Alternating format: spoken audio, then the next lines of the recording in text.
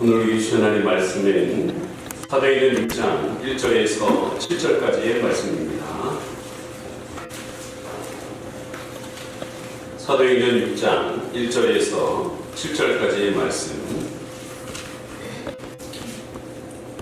사도행전 6장 1절에서 7절까지의 말씀 한 절씩 교독하도록 하겠습니다. 그때 제자가 더 많아졌는데 헬라파 유대인들이 자기의 과부들이 매일의 구제에 빠짐으로 히브리파 사람을 원망하니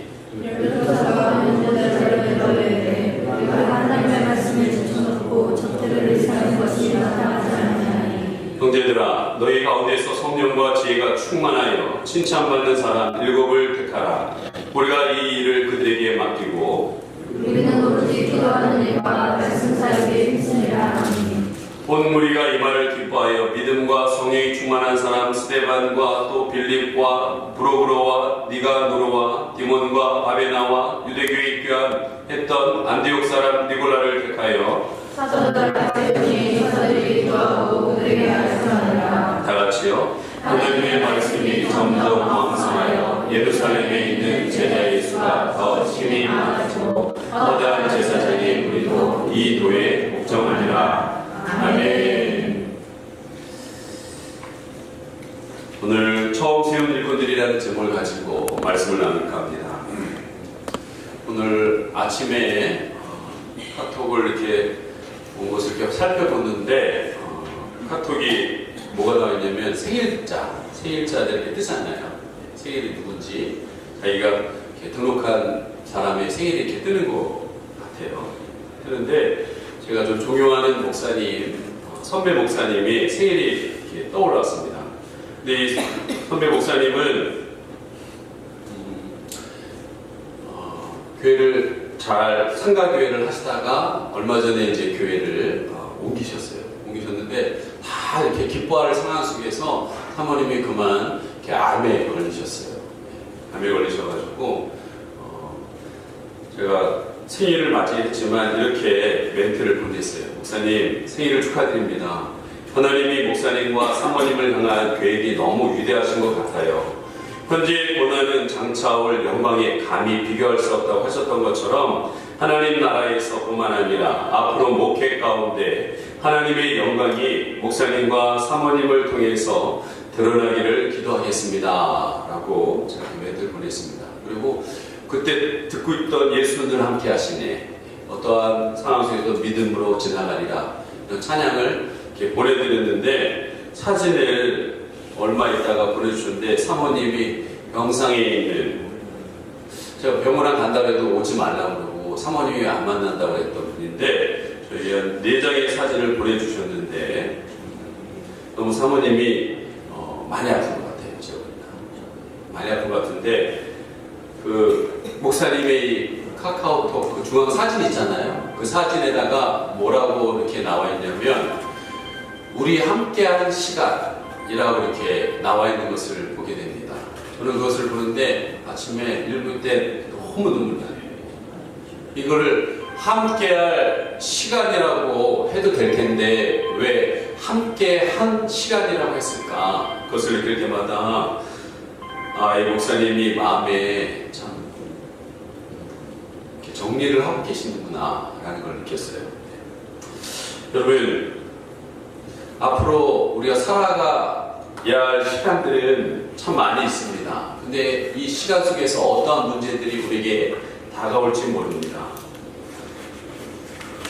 근데 그 문제 속에서 자신이 어떠한 태도를 갖고 그 문제를 바라보는 것은 굉장히 중요한 일입니다. 왜냐하면 인생은 문제가 연속적으로 발생하기 때문에 그렇습니다. 중요한 것은 문제를 대하는 마음의 태도라는 거예요. 그 태도가 다른 사람은요 행복을 만들 수도 있고 실패를 만들 수 있어요. 근데 아까 그 누워 계시는 사모님과 그 목사님, 아들, 딸 이 4가족이 그 사모님을 중심으로 해서 그 얼굴의 표정이 난 불행해, 나는 힘들어, 나는 이렇게 어려워, 왜 이런 일이 나한테 일어난 거야 라는 표정이 전혀 아니에요. 제가 이 사진을 다시 확인하지만 그런 표정이 아니라 너무나 지금까지 함께한 시간이 당신과 행복했고 남은 시간이 어떤 시간이더라도 당신과 함께한다면 행복하고 우리는 잘 이겨낼 수 있을 거야 라는 그 얼굴의 표정들을 볼 때 제 마음에 또 11시 예배를 드리기 전에 어떤 마음의 안정감이 준 것 같습니다. 여러분, 어떤 사건과 어떤 문제든지 우리에게 다가왔을 때 그것을 우리가 어떻게 받아들이느냐에 따라서 그것이 행복할 수도 있고 불행할 수도 있다는 거예요. 여러분, 인생의 대표적인 오해가 있다면 행복한 인생, 니꼬르, 문제없는 인생이라는 공식입니다. 또한 성도들이 대표적으로 오해하는 것이 행복한 교회, 니꼬르, 문제없는 교회라는 공식입니다. 아마 많은 사람들이 은연 중에 여러분 이걸 깔고 있을 거예요. 문제는 이런 생각을 가지고 있는 게 문제예요. 진짜. 여러분, 성경 속에 만나는 인물들 중에서 문제없는 사람이 있으면 저한테 대해 보십시오. 제가 목사직을 관두게 있습니다. 저는 눈을 아무리 봐도요, 성경에 문제없는 사람이 없습니다. 여러분, 이 하나님이 좀 너무나 인간들이 죄를 지니까 이 홍수로 싹 쓸어버리고 의로운 사람, 정말 이 사람은 깨끗하다라고 했던 그 노아와 그의 가족들만 남겨놓고 홍수로 다 쓸어버렸습니다. 그런데 그 노아가 홍수가 거치고 난 뒤에 여러분 어떤 일이 일어났어요? 술 먹고 누워있는데 아들이 와가지고 막 흉보고 나머지 아들은 와가지고 덮고 뭐 이런 가운데 문제가 일어나지 않습니까? 그래서 귀한 아들이 저주받아서 인생이 저주받는 인생도 있지 않습니까? 문제가 일어난 거예요. 여러분, 믿음의 조상 아브라함은 아내를 누이라고, 자기 살라고 자기 아내를 누이라고 거짓말하고 문제를 일으킨 사람입니다. 민족 지도자여 해방의 영도자였던 모세는 분노를 조절하지 못해서 그 자기 혈육을 무리해서 사람을 쳐서 죽이는 살인자였습니다. 여러분, 대표적인 하나님의 마음에 그렇다면 합한 사람이라고 하는 다윗은 어떻습니까? 그는 남의 아내를 취한 파렴치한 사람입니다. 또한 그것을 덮으려고 살인을 조장한 사람이었습니다. 한결같이 문제가 있는 사람들이었다는 것입니다. 여러분, 믿음의 선지들은요, 결코 문제없는 사람들이 아니었다는 거예요. 그러나 인생의 산적한 문제 앞에 바라보는 시각이 좀 우리하고는 달랐던 것 같아요. 여러분, 교회는 어떠합니까? 하나님이 거룩하다고 부르신 교회지만 문제없는 교회는 하나도 없습니다. 여러분 다닌 교회 중에서 문제없는 교회 있으면 저한테 얘기해 주세요. 제가 목사직을 관두겠습니다. 저희 교회도 문제 많습니다. 나는 좀 이 교회 좀 마음 편안히 다녀보려는데 문제 많구나. 안 되겠다. 결심하셔도 상관없어요. 어쩔 수 없어요. 우리 교회는 문제가 있습니다. 여러분, 처음 세운 예루살렘의 교회에 문제가 있었습니다. 이방 선교를 하는 처음 시작한 안디옥 교회가 문제가 있었습니다. 소아시아 선교 중심지였던 예베스 교회가 문제가 있었습니다. 주님을 열렬하게 사모했던 데살로니가의 교회에 문제가 있었습니다. 문제없는 인생이 없듯이 문제없는 교회가 없다라는 거예요. 여러분, 어느 날 한 명의 젊은이가 무디 목사님을 찾아와 상담을 해주겠습니다. 이 젊은이는 무디 목사님이 다짜고짜 무디 선생님, 문제없는 교회를 저에게 좀 가르쳐 주십시오. 제가 그동안 교회를 한 3번 옮겨봤는데 문제가 너무 많아요. 지금 다니는 교회도 문제가 너무 많아서 교회를 옮기려고 합니다. 근데 무디 선생님이 가만히 생각하더니 제가 문제없는 교회를 한 군데 알기는 하는데 근데 당신한테는 추천해 줄 수가 없습니다. 아니, 왜요? 제가 당신을 그 교회에 소개해주는 그날부터 그 교회는 문제가 생기게 될 겁니다. 여러분, 교회 문제 중에 가장 큰 문제는 자기 자신이라는 걸 아셔야 됩니다. 나에게는 문제가 없고 다른 사람에게 문제 있다고 생각하는 그 정죄와 비판이 바로 문제라는 거예요.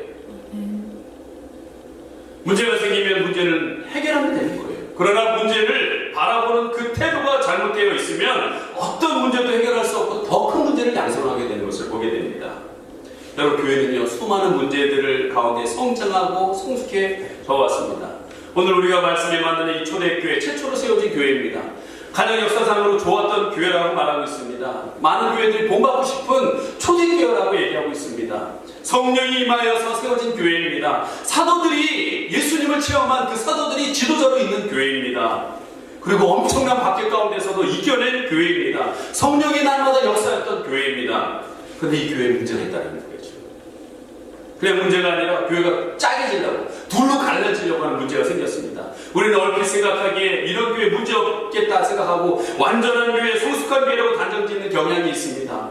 하지만 처음부터 성숙한 단계에 도달하는 교회는 없다라는 거예요. 문제 없이 자라나는 교회는 절대 없다는 거예요. 여러분 자녀들 가운데서 이 아이는 한 번도 넘어지지 않고 그냥 쑥쑥 자라가지고 튼튼하게 자라나고 늘 무슨 말 하든지 다 잘 듣는 아이 있으면 나와보시라고 그래요. 여러분, 성도들이 신앙이란 성령을 받았다고 갑자기 눈덩이처럼 성장하지 않습니다. 수많은 문제와 어려움에서 연단되어지고 깎여지고 다듬어지는 그런 과정들이 있다는 거예요. 저희 교회는 다음 주에도 행복치유 수양회를 합니다. 그 하는 주된 이유가 뭐냐? 너무나도 여러분들이 세상에 살다가 그리고 또 자라나면서 엄청난 상처와 아픔들이 있어요. 그래서 교회 와서 앉아있긴 한데 신앙이 자라나진 않아요. 왜? 그 마음밭에 큰 돌짝이 하나 누르고 있어요. 어떤 분은 상처가 찢겨서 줄줄줄줄 피 흘리는 분들이 있습니다. 어떤 분들은 세상에 밟혀서 닳고 닳아가지고 굳어져가지고 돌짝밭처럼 돼가지고 아무리 복음을 전해도 들어가지를 않아요. 고민했어요. 어떻게 해야 돼? 성경에 나왔잖아요. 옥토가 있다. 그 옥토가 다르게 굳어져 있는 것들 갈아엎는 거예요. 돌짝들 드러내는 거예요. 다시 찢어진 상처 다시 예수님의 보혈로 씻는 거예요. 그래서 옥토가 된 사람들은 떨어지면 천천히 자라기 시작하더라고요. 갑자기 우후죽순 자라지 않습니다. 여러분, 대나무도 우후죽순 자라는 이유는 5년이라는 시간을 뿌리를 계속 퍼뜨립니다. 그 시간이 있는 거예요. 행복치유 수양의 이후에 엄청난 변화가 있는 분들이 있습니다. 제자훈련 받으면서 변화가 있지만 나무 자라듯이 막 푹푹 자라진 않아요. 시간이 필요하다는 거예요. 과정이 필요하다는 거예요. 오늘 사도행전 2장에 성령이 임하자 교회가 세워졌습니다. 2년도 안 됐는데 2만 명에서 2만 5천 명으로 성장했어요. 놀라운 일이죠. 그랬는데 사람이 많아지니까 문제도 많아지기 시작하는 거예요. 분명한 사실은 다시 한번 말씀드립니다. 사람이 모이는 곳에 문제가 있다는 거예요. 왜? 여러분이 천사입니까? 전 천사가 아니에요. 사람은 사람입니다. 사람이 모이는 곳에 문제가 있어요. 이 문제를 영적으로 눈으로 어떻게 고쳐가느냐는 것이 중요하다는 거예요. 문제가 생기지 않는 교회가 좋은 교회가 아니라 믿음으로 그 문제를 어떻게 지혜롭게 해결하는 교회가 좋은 교회인 거예요. 여러분, 예수님의 교회는 이런 점에 있어서 본받을 게 참 많았던 것 같습니다. 그럼 초대교회에 어떤 문제가 생겼습니까? 첫째는 구제 문제로 서로 원망하게 됐습니다. 배분의 문제였습니다. 성령이 임하자 성도들이 자기의 재산을 자기 것으로 여기지 않고 교회다가 허물하는 거예요. 나는 너무 많습니다. 근데 성령이 임하자 이 사람들이 우리 가족과 같은데 너무 가난한 분들이 많습니다. 이거 좀 이분들에게 나눠주세요 하고 바나바라는 분이 그랬어요. 아나니아 삽비라가 그러려고 그러다가 속에다가 돌아가시는 일이 벌어졌어요. 그런 일이 없을 수 있겠지만 하지만 나누는 이런 것들이 있었어요. 성령이 임하니까 그런 일이 일어났습니다. 그런데 그것이 공정하게 나눠주는 문제가 없는데 이게 사람이 하는 일이라 이게 문제가 일어났어요. 무슨 일이 일어났습니까? 히브리파 사람들은 혜택을 많이 받고 헬라파 사람들은 소외됨을 느끼고 있었습니다. 오늘 1절 말씀 같이 한번 읽어보겠습니다. 시작. 그때 제자가 더 많아졌는데 헬라파 유대인들이 자기의 과부들이 매일의 구제에 빠짐으로 히브리파 사람을 원망하니. 여러분, 현대의 주 메뉴로 등장하는 것이 복지입니다. 그리고 인권이라고 얘기합니다. 이것은 뭐가 바탕이 되냐? 분배가 온전하게 돼야 됩니다. 콩 한 쪽을 나누어 먹어야 하는데 어떤 사람은 통째로 먹어요. 어떤 사람은 콩가루도 못 먹어요. 이러면 문제가 생기는 거예요. 갈등이 일어나는 거예요. 요즘 노사 갈등이 뭐야겠어요? 왜 같이 했었는데 왜 너는 많이 가져가고 나는 적게 주냐? 이 문제 아니겠어요? 그래서 서로 원망합니다. 이 일로 안에서 교회에도 히브리파와 헬라파 사람이 갈라지기 직전입니다. 교회가 되게 문제가 생기면요, 인간적인 조건이 비슷한 사람끼리 모이기 시작합니다. 왜 히브리파 사람들은 자기들끼리 뭐냐? 원래 이스라엘 이 안에 땅에 살고 있었던 사람들, 이 사람이 히브리파 사람들입니다. 이 사람들의 언어는 아랍어였습니다. 그런데 헬라파 사람들, 그 당시에 그리스에서 영향을 받고 해외에 살고 있는 사람들은 지금의 영어를 쓰듯이 그 당시에 그리스어를 사용하고 있었습니다. 근데 그들이 이제는 늙어서 고향에서 살아야지 하고 왔다가 성령을 받고서 변화되었습니다. 그리고 그런데 같이 교회 생활하는데 언어가 잘 안 통해요.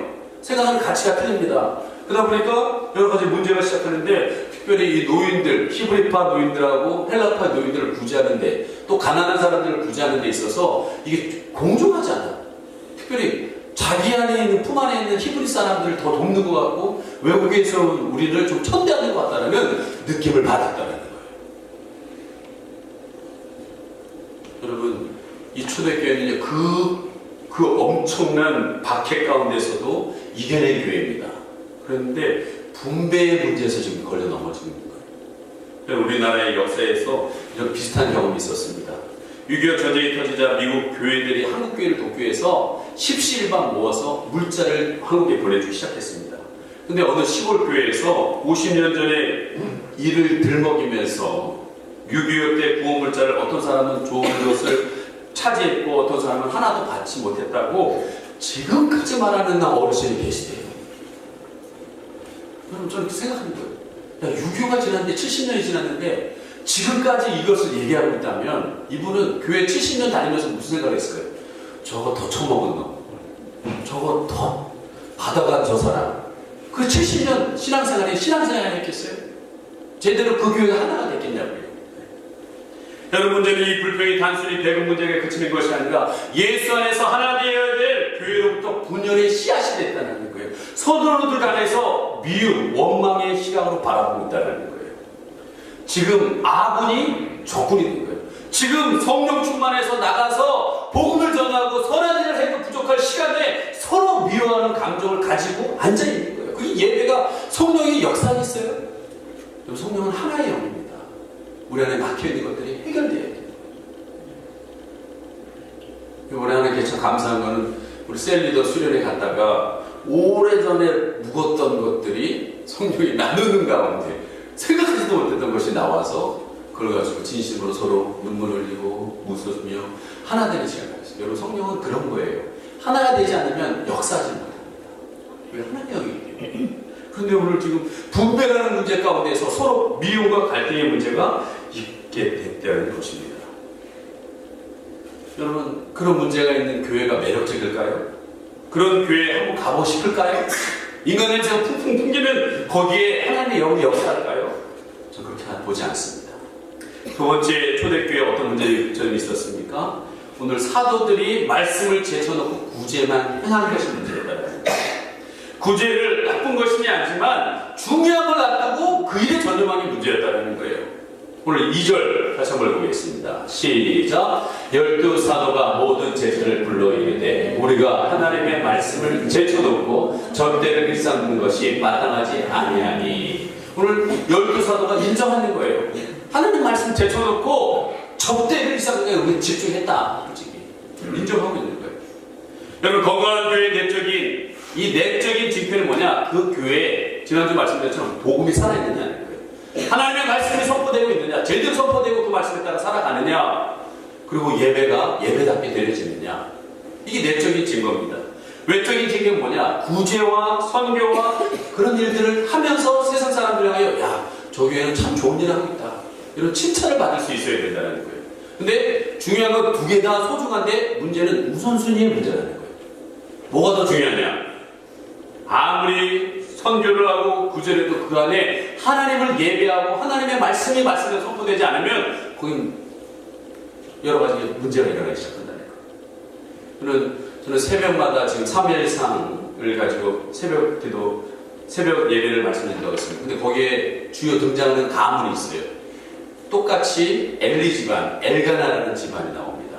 근데 이 엘리 집안은 그 당시에 종교, 정치, 모든 실권을 갖고 있는 엘리 중심으로 한 집안, 이 제사장입니다. 근데 엘가나 집안은 물론 지방의 유력한 집안의 자리쯤을 하지만 비교하면 비교할 수가 없어요. 근데 그 집안에 누가 나왔냐? 사무엘이라고 나왔어요. 그래서 엘리와 이 사무엘의 이 두 기둥을 해서 흘러갑니다.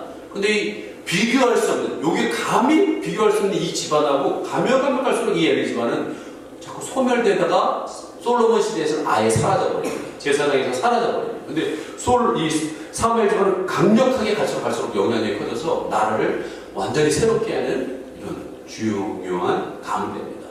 여러분, 그 차이가 뭘까요? 여러분, 성경에 분명히 이렇게 나오고 있습니다. 사무엘상 2장 30절에 나를 존중히 여기는 자를 내가 존중히 여기고 나를 멸시하는 자를 내가 경멸하겠다고 했습니다. 엘리 집안에는 엘리가 나쁜 분은 아니에요. 그러나 그 아들 홈리와 비니아스가 예배를 멸시하고 제사 드리는데 하나님께 드려야 될 제사 가운데 갈고리 갖고 지가 먼저 건져가요.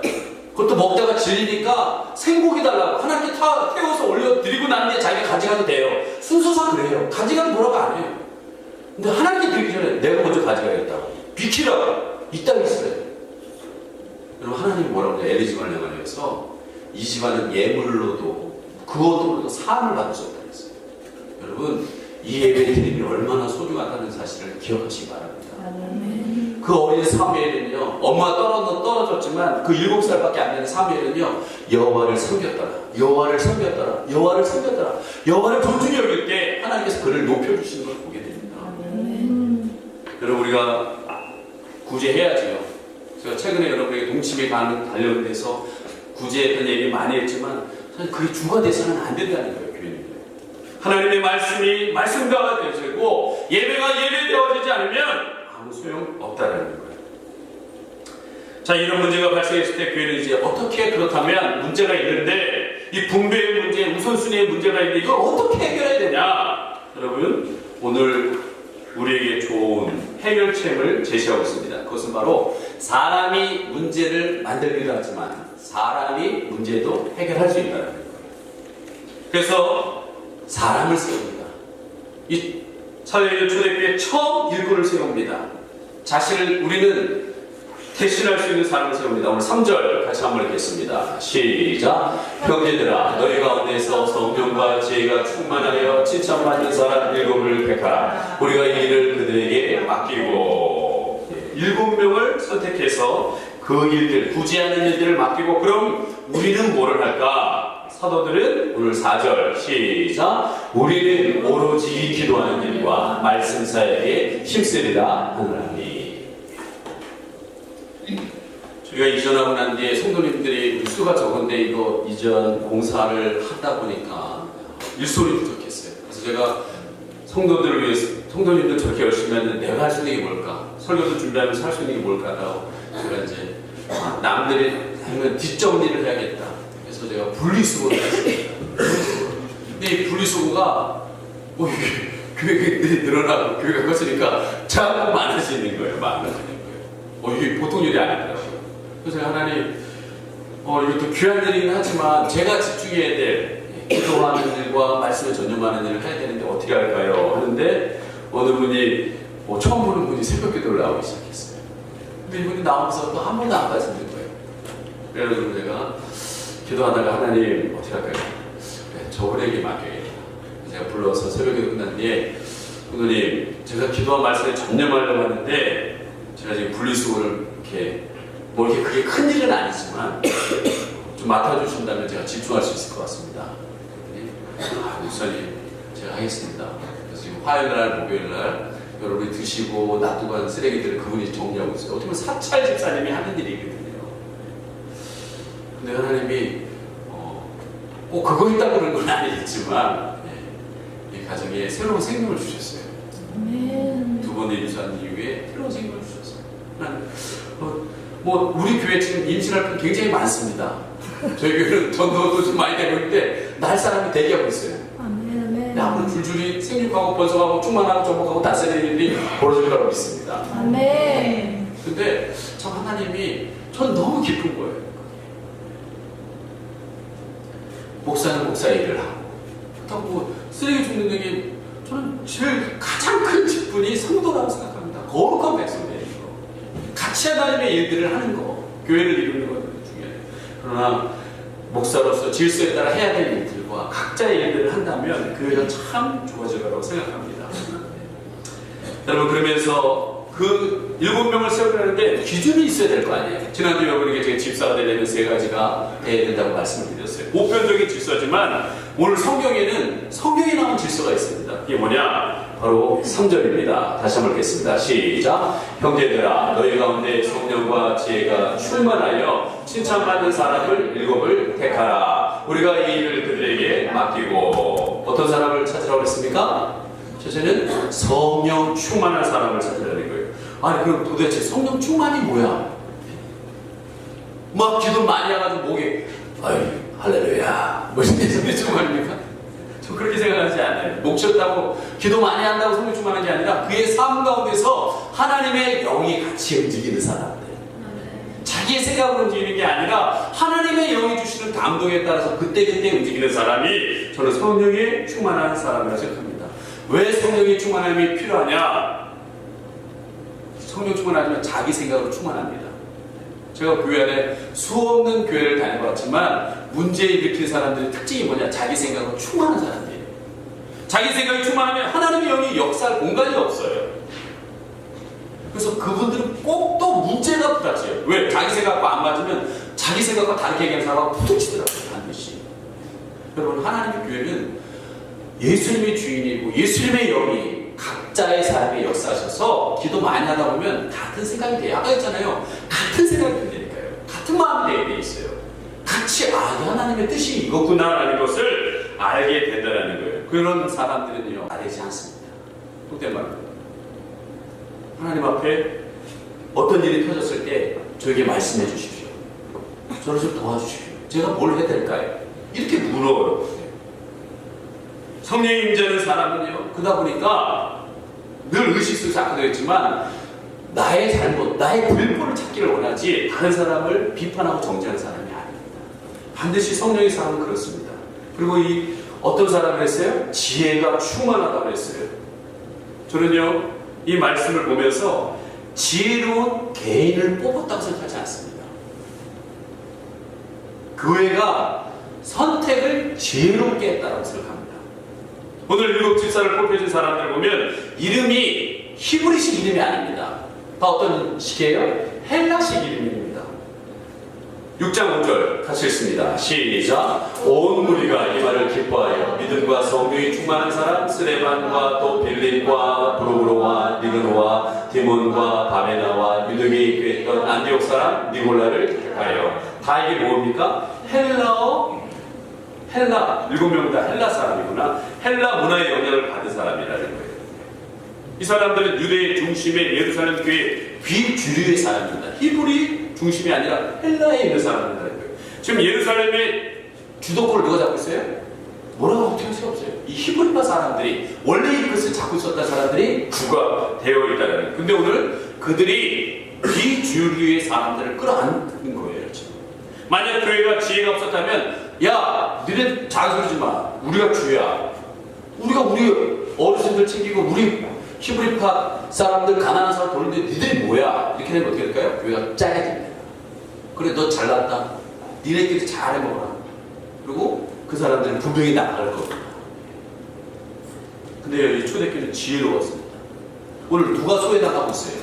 히브리파 사람들이 소외당하고 있습니까? 저 볼 때는 똑같이 한다고 했는데 마음에 헬라파 사람들이 소외감을 갖고 있는 거예요.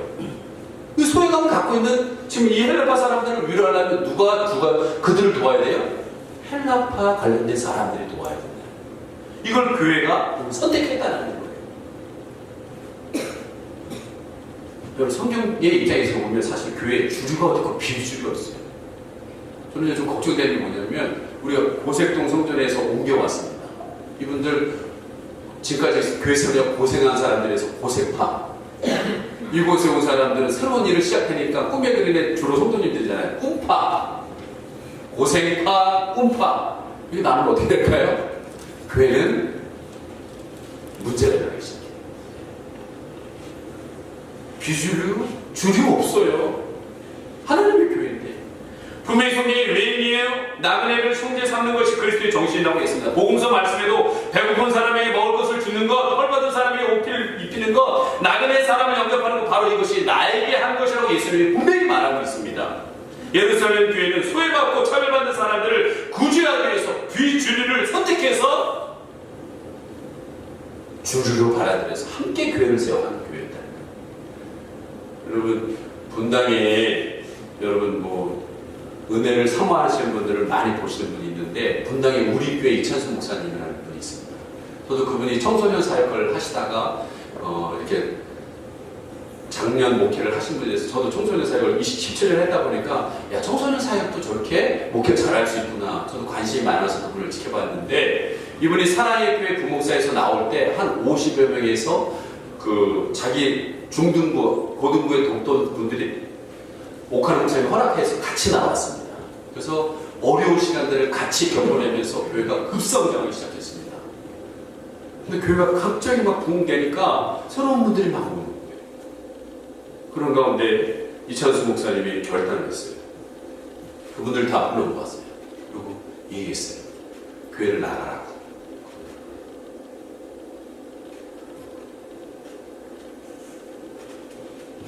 저는 못할 것 같아요. 못할 것 같아요. 못할 것 같아요. 왜 나가라고 했냐면 이분들이 교회 중요한 자리를 다 잡고 있는 거예요. 새로운 분들이 들어오려는데 들어올 수가 없어요. 그래서 자리를 비키자. 그래서 그분들이 들어올 거 아니에요. 나가라. 그래서 그분들이 목사님 시간을 좀 주십시오. 그분들끼리 모여서 이야기를 했어요. 그리고 결정지었어요. 대표가 찾아와서 이찬수 목사님께 얘기했습니다. 목사님 나가라면 우리 어디를 갑니까? 지금 우리 어디를 갑니까? 여기에 하나님 말씀이 있고 생명이 있는데 우리 어디를 갑니까? 목사님 그렇게 말하지 마시고요. 제가 다 놓겠습니다. 자리를. 또 그게 결단한 거예요. 그 뒤서부터 더 급수죠. 지금 분당 우리 교회는 전도라는 게 아니라 들어온 사람을 막아요. 선까지 우리가 할 수 있는 선까지 해놓고 못 들어오게 해요. 근데 기존 신자들이 그렇게 들어오라고 해요. 제가 뭐 그런 교회를 만들려고 하는 건 아니지만 그게 맞다고 생각합니다. 질서상 각각의 일들을 하고 있지만 새로운 사람들이 들어올 수 있는 공간을 내주셔야 돼요. 그래서 이번에도 가서 그런 얘기를 의논한 겁니다. 여러분 오늘 예루살렘 교회는 지혜로운 거예요. 이게 헬라파 사람들이 마음에 상처를 입으니까 그 사람을 진짜 위로할 수 있는 사람은 헬라파 사람들이 그 일을 맡아야 이게 진짜 위로가 된다라는 것을 붙잡고 나갔다는 거예요. 이것이 칭찬받을 일이라는 거예요. 말씀을 마치도록 하겠습니다. 여러분 어느 누가 재직의 자격이 있습니까? 오늘 보면 집사의 자격이 누구에게 있습니까? 오늘 얘기했잖아요. 여러분 성령 충만하십니까? 여러분 지혜롭습니까? 오늘 나와 있는 것으로 칭찬받고 있습니까? 아마 여기서 걸릴 거예요. 다른 건 어떻게 좀 넘어가겠는데 그 칭찬의 기준이 누구냐? 여러분의 남편, 아내가 칭찬할 수 있으면 당당히 얘기해보세요. 쉬운 일 아닙니다.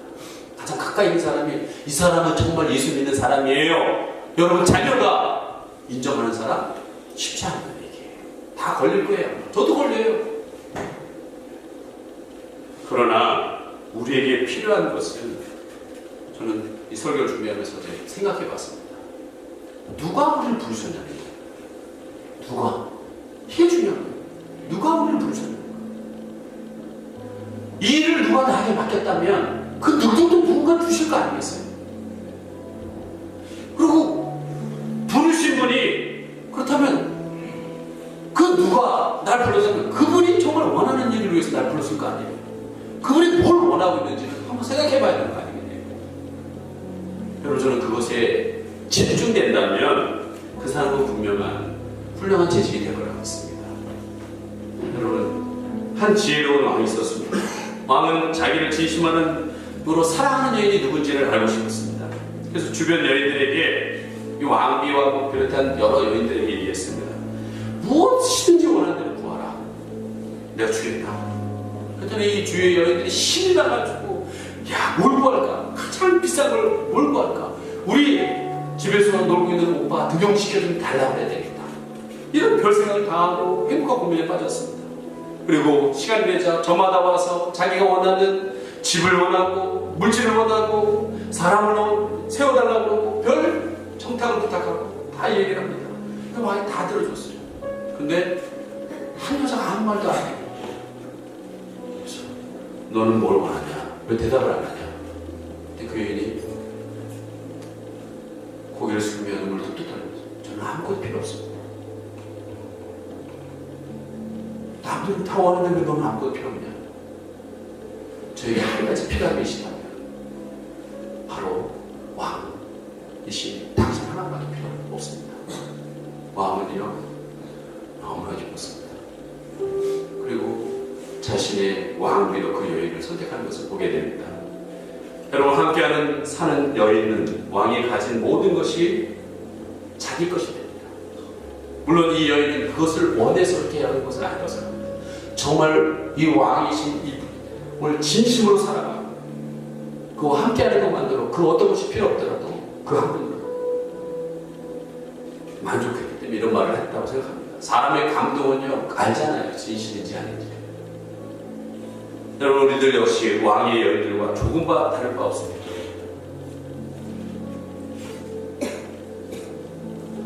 여러분이 하나님께 무언가 많이 구하고 계실 겁니다. 그런데 하나님 자체도 만족하고 계신다. 그분이 지금 나를 부르셨다는 것. 그분이 바로 나의 하나님이 되시고 나의 주님이 되어주신다는 것. 부르실 때 그 일을 또 감당할 수 있는 능력 또한 주실 수 있는 것을 여러분 믿으시기 바랍니다. 정말 그 부르신 분이 뭘 원하고 있을까요? 저는 한 가지 제가 목사로서 부름받으면서 이제 깨달은 게 있습니다. 아, 그분은 하나님의 나라를 원하는구나. 자신이 왕이 돼서 통치할 그 나라, 그 백성을 원하시는 거예요. 그 백성을 하나님 백성답게 세우기 위해서 교회를 세웠구나. 그 교회에서 이런 재직들이 한 사람 한 사람 오시는 분들을 하나님 백성 되도록 도와주는 것, 그게 재직들이 해야 될 일입니다. 요즘 그게 제가 깨달은 것입니다. 여러분, 왕이신 나의 하나님, 나의 모든 죄를 담당해 주신 나의 주님, 오늘도 이 순간에 함께 계시고 계시는 여러분에게 말씀이 전보되지만 깨닫게 하시는 그 성령님, 그 성삼이 하나님을 향한 마음을 드리기를 바랍니다.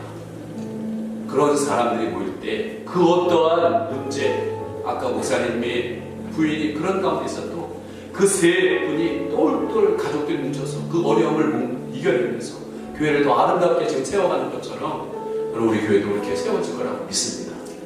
이 시간 여러분의 마음속에서 그분만을 사랑하고 그분만을 사모하는 그 사모함이 성취를 소망합니다. 이 시간 교회 찬양하시고 기도하도록 하겠습니다. 주님 다시 오실 때까지, 주님 다시 오실 때까지 나는 이 길, 그 길이 좁은 길을 지나고 좁은 나의